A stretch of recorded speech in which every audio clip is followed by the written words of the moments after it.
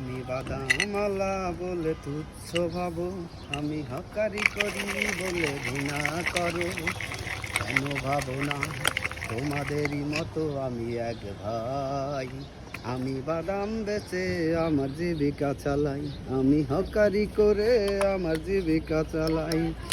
আমি বাদাম বেচি বলে ঘৃণা করো, আমি হকারি করি বলে তুচ্ছ ভাবো। কেন ভাবো না তোমাদেরই মতো আমি এক ভাই?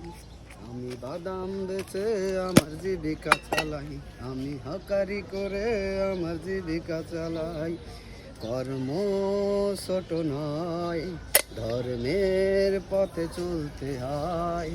সততার পথে চলতে গেলে তাহার বড় কষ্ট হয়।